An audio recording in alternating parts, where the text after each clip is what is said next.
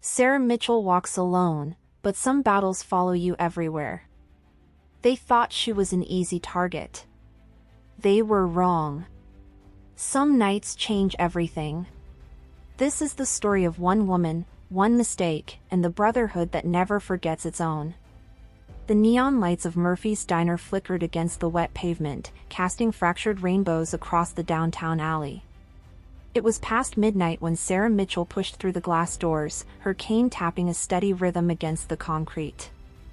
The limp in her left leg, a souvenir from Kandahar, made each step deliberate, measured. She'd grown used to the stares, the whispers, the way people looked right through her as if the uniform she once wore had made her invisible in civilian clothes. But tonight, she wasn't invisible.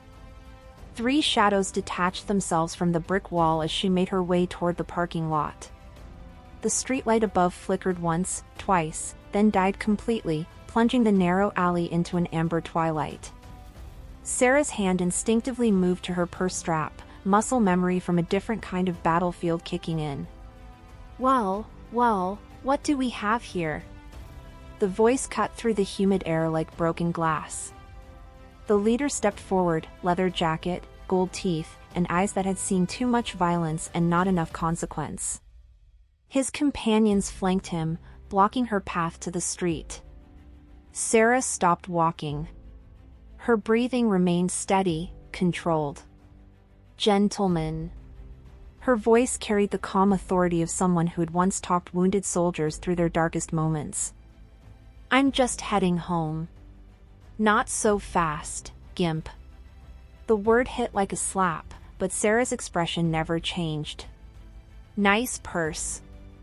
Looks expensive. Why don't you let us take a look?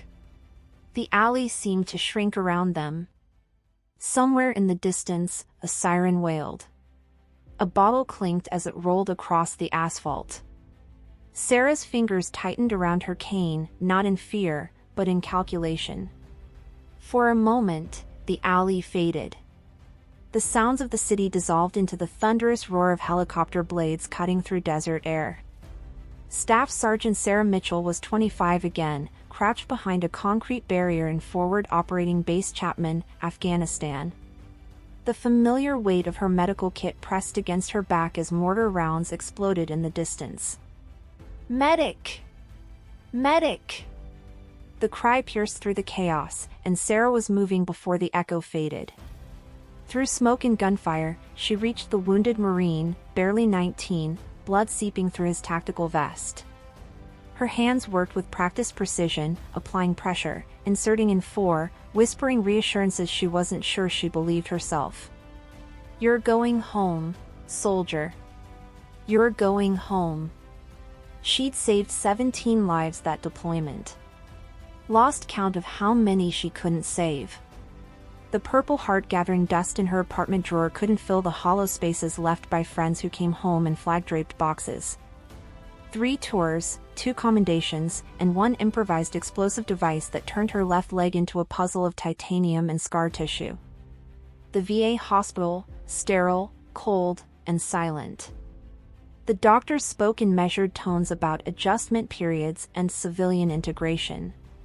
But no one prepared her for the silence, the way conversations stopped when she walked into a room, the job interviews that ended with polite rejections, the way society seemed to file her away under broken and move on. The memories snapped back to the present as rough hands grabbed her shoulders. The 3 gangsters had grown bolder, mistaking her stillness for submission. They couldn't see what Sarah saw in their movements, sloppy footwork, overconfidence, the kind of tactical errors that got people killed in places where mistakes mattered. Look at those dog tags, soldier girl. What are you gonna do, call for backup? Sarah's laugh was soft, almost pitying. I don't need to call anyone. That's when she moved. 20 years of military training doesn't disappear with a medical discharge. The first attacker reached for her purse and found himself face first against the brick wall, his arm twisted at an angle that would require medical attention. The second lunged forward and discovered that a veteran's cane makes an excellent lever, and an even better weapon. But there were 3 of them, and Sarah was tired, hurt, and carrying the weight of injuries that had never quite healed. They overwhelmed her through sheer numbers, pinning her against the cold wall as her cane clattered away into the darkness. "Should have just given us the purse, war hero." That's when the headlights blazed across the alley like searchlights, freezing everyone in place. The engine cut off, and silence fell like a curtain.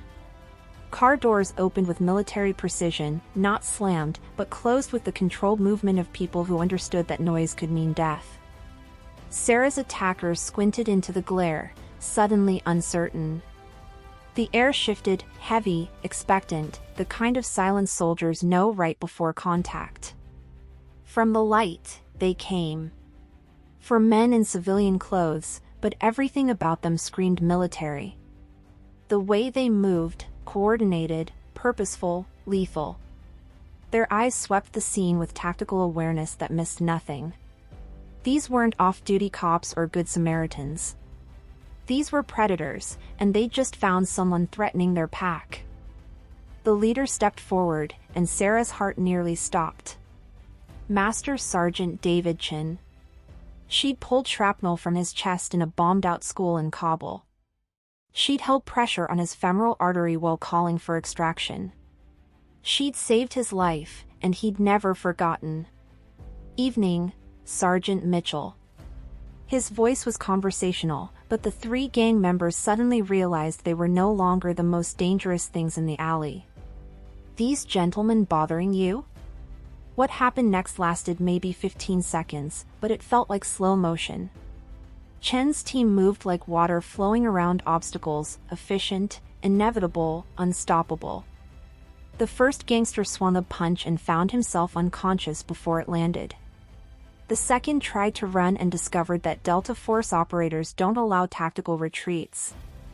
The third, the leader with the gold teeth, reached for something in his jacket and found 4 muzzles pointed at his center mass before his hand cleared leather.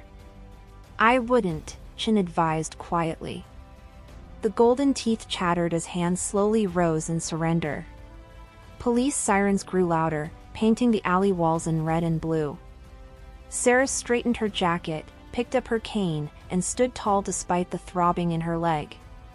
When Officer Martinez arrived, she found a scene that would make perfect sense in the official report: 3 suspected gang members in custody for outstanding citizens who'd witnessed an assault, and 1 veteran who refused to be treated as a victim. "Ma'am, do you need medical attention?" Martinez asked, noting the military bearing that still emanated from Sarah despite everything. "I'm fine, officer. Just another night in paradise."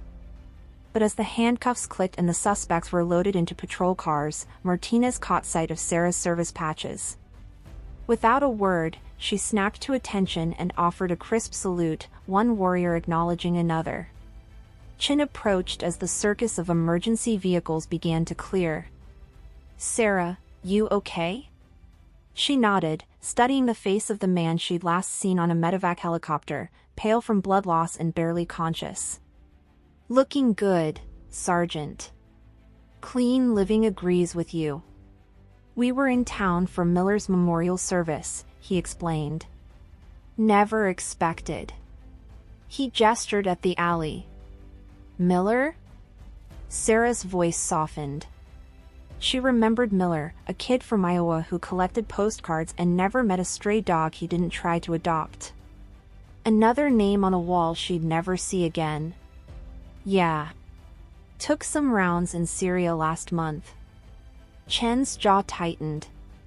"We don't leave our people behind, Sarah. Not overseas, not here. Not ever." As his team prepared to leave, Chen turned back. "You know, we're always looking for good people. Medical training, combat experience, proven under fire. There might be opportunities if you're interested." Sarah watched them drive away, their taillights disappearing into the maze of city streets. The alley was quiet again, but somehow different. Not empty, expectant, as if the universe itself was holding its breath. There's something about the brotherhood forged in war that civilian life can never quite understand. It's not about the uniform or the flag or the ceremonies that politicians attend for photo opportunities. It's simpler and more complex than that. It's the knowledge that somewhere out there, people who've seen what you've seen and carried what you carry are still watching out for each other. Sarah Mitchell walked to her car, her cane tapping its familiar rhythm against the pavement. But her steps seemed lighter somehow, as if she remembered something important that had been lost in the transition from soldier to civilian. At her car door, she looked back. 3 predators had learned some prey bite back. In her purse, her phone buzzed with a text message from Chin. "Dinner Sunday? Team wants to meet the medic who saved my ugly ass. Fair warning, they'll probably try to recruit you." Sarah smiled, the first genuine smile she'd felt in months. She typed back, "I'll bring dessert. Fair warning, I make terrible cookies." Some bonds are forged in fire and tempered by shared sacrifice. They don't break when the uniform comes off or fade when discharge papers are signed. They endure in alleyways and diners, in text messages and chance encounters, in the quiet knowledge that no matter how far you travel from the battlefield, you're never really alone. Tonight, 3 criminals learned what happens when you threaten someone who's still got backup, even when they don't know it. Sometimes the war finds you. But sometimes, if you're very lucky, so does your family. And for Sarah Mitchell, that night, the war finally ended. What do you think? Have you ever witnessed a moment when someone's past training made all the difference? Share your thoughts in the comments below.